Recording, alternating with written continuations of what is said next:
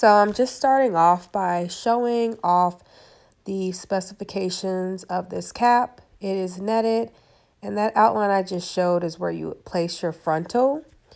So I'm just showing the size of the cap, the different outlines, and I think it's good for a new wig maker because it kind of shows you where to lay things.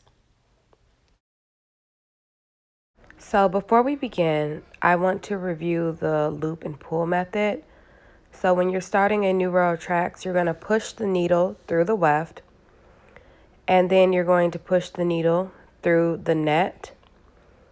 You want to pull the thread all the way through tightly.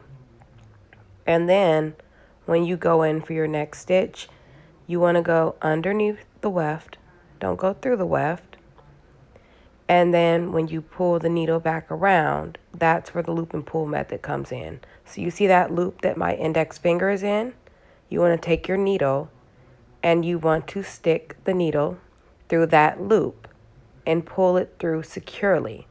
If you want, you can also split the thread when you pull it through, but I find that's a little more complicated to show on camera.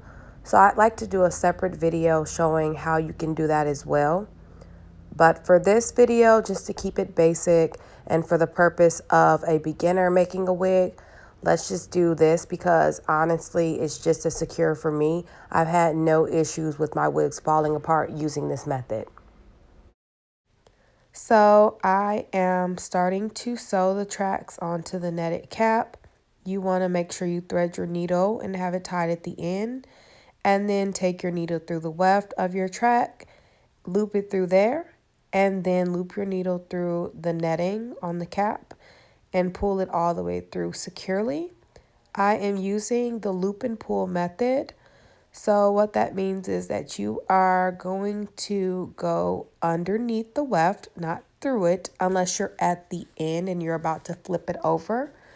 And you're going to go underneath the weft, bring it around, and then once you bring it around, you're going to take your needle underneath that loop you've created and then pull it securely to create a knot.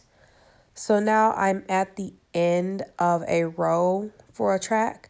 And once I get to the end of that row for the tracks, then I'm going to pull the needle through the weft again to secure it.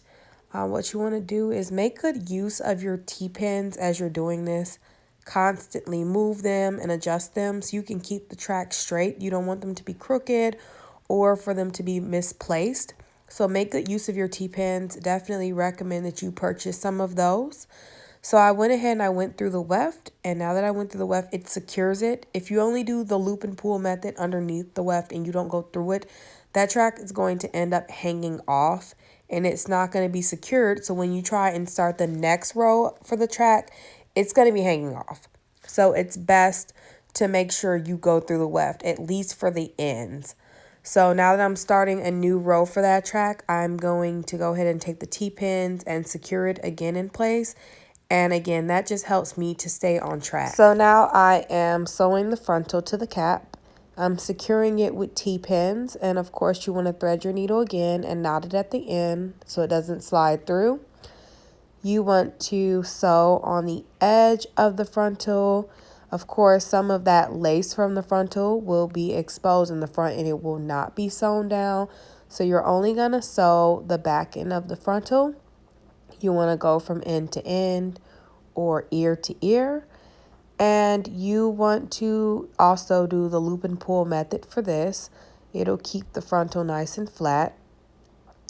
And I just take my time with the frontal because you want to make sure it lays flat. You don't want to have each stitch too far apart because it can cause it to bunch up if it's too far apart. Doesn't have to be too small, but don't do it too far apart. And I'm just, of course, you want to tie the hair for the frontal. You want to use some type of hair tie or braid maybe, just so you can keep the hair out of the way.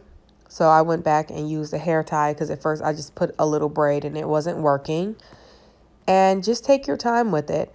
As you can see, I'm actually using those guides on that netted cap for where I'm going to put the frontal. So there's like a nice line across that cap. So I just followed that guideline to see how it goes. So I'm just going to go ahead and get that completed. Let me also add that the frontal does give you some edging to show what part should be sewn down versus what part should be on top of your hair and on your skin. The part that should be sewn down is on the outer edge, and it's actually a very thin portion of the frontal. I'm just showing here how far apart my tracks are. I didn't put them too close together, and now I've reached all the way to the top of the wig, and I am putting my last track down. It's actually right next to the edge of that frontal where it was sewn down. So I'm about done with the wig now, and after this, I am going to go ahead and cut that extra part of the cap only from underneath the frontal. Be very careful that you do not cut any of the threads that are connecting the frontal to the cap, or any threads that are connecting any tracks to the cap. Some people do that. Okay, so I finished making the wig. This is the final product.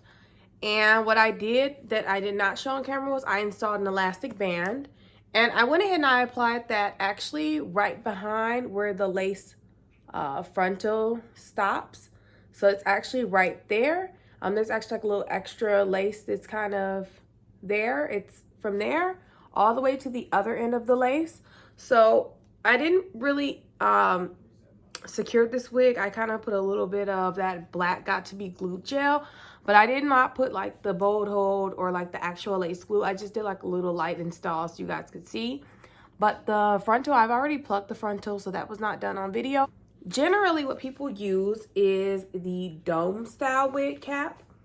And although this works and it's been fine for me, it kind of either my wig ends up being too big or it ends up being too small. So this is the cap I'm trying for this wig. What I will say about this cap is that it's better if you have like a smaller head, and it actually has markings on it as to where you would like put your closure and everything. So the only thing that really went wrong with this wig is it doesn't come down far enough. So the wig stops at about here. So there's like this much space where like my hair is out. It will be fine for this wig because I don't wear this wig up in a ponytail or anything like that. But if I was going to, that would definitely be a problem. But what I did was I installed the elastic band so that secures it, because I did find that although there wasn't quite enough fabric to cover my like the entire back of my hair, it also was kind of looser. But this wig does come with straps. I just did not bother to use them because I didn't think that they were made very well. So I just went ahead and sewed an elastic band on there. That's just easier. But otherwise, I'm happy with how the wig turned out. Here's an up close of the cap that I used. If you have any questions, feel free to comment. And thank you for watching. Have a great day.